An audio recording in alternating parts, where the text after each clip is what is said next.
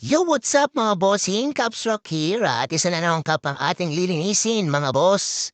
So ito, feeders na fitted cup. Yan, maraming mga buhok ng aso siguro o pusa yan.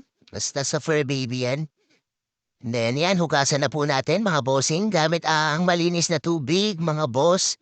Tapos pagkatapos na ibababad po natin yan mga bossing. Ayan. So pagkababad natin dyan, brush, ayan, medyo madumi yung cup mga boss. Nakita nyo naman, lumipat sa tubig yung dumi. So brush lang natin yan mga bossing. Brush. Soft bristled brush lang po ang gagamitin mga bossing ha. Para hindi po masira yung cup.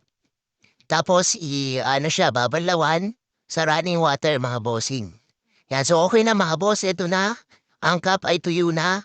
Uhulmay na lang natin. Ang gagawin natin dyan, i-curve muna natin. Ito yung aking pang Steam mga bossing. Kung gusto niyo po niyan, i-PM niyo po ako. PM po mga boss ha.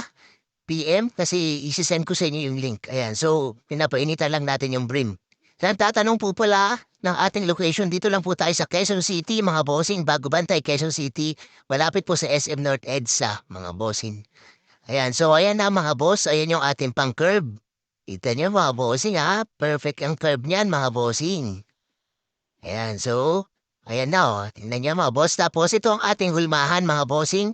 Sa gusto pong bumili niyan, message din po kayo sa akin mga boss. Ako po nagbebenta niyan mga bossing. So i-steam na po natin yan mga boss hanggang sa mawala lahat ng kanyang mga kusot-kusot.